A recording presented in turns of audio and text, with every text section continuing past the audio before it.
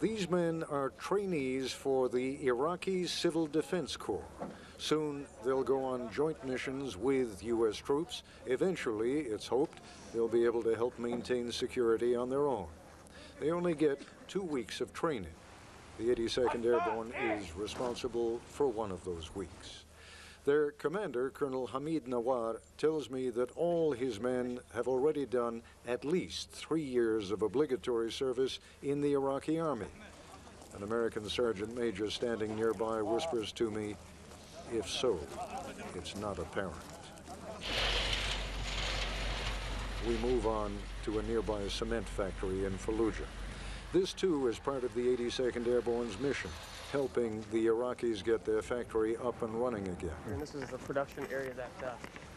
A young sergeant, William Belanger, is in charge of liaison between his commanders and the factory manager. They have collectively succeeded in getting the U.S.-run CPA, the Coalition Provisional Authority, to fund 2 massive generators for the plant at a cost of $800,000. Sergeant Belanger is, understandably, a little fuzzy on how the financial side of the business is going to work. Shouldn't somebody be keeping track of where the money's going? Yes, I believe someone should be in charge of, keeping track of that. Is anybody doing that you know? Not that I know of. We move on to the Fallujah Youth Center. I know what the sign says, but it is the Youth Center. It's another of the 82nd Civic Action projects. We're met at the center by the deputy mayor of Fallujah and the police chief. Both feel that the United States should contribute more money, much more money, to the city's economic development. At the moment, there is no security and no jobs. There is just no confidence in the Americans. We need to create a lot of jobs that would come from building a factory, a hospital, or houses. We are getting ready to wrap up.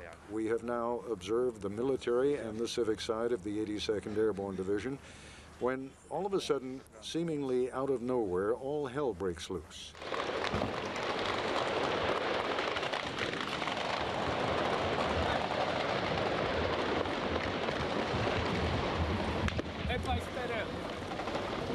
The dull thwomp, thwomp of 2 incoming rounds, either mortar shells or rocket-propelled grenades. One of our cameramen, Fletcher Johnson, is rolling his camera, and this almost never happens, but he has caught on tape the incoming grenade. It's very small, but we have frozen the image on the screen for you.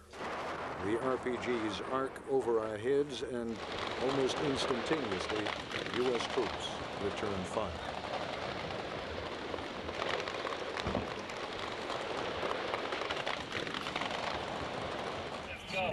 Two RPGs from the south down an alleyway. He saw them get into a car.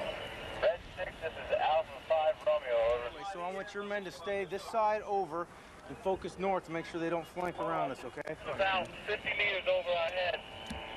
But we got an alley on the left and an alley on the right. And we're just watching all 3 alleys. We got pretty good fires on all 3 alleys from the rooftop over here, over.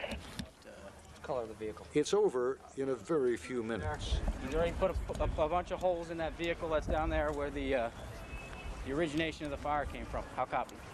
The paratroopers believe they wounded one of the attackers, but all of them made good their escape in a car. No one is injured on the U.S. side. The rocket-propelled grenades landed harmlessly behind the youth center. When we come back, the commanding general of the 82nd Airborne on the complexity of a counterinsurgency campaign.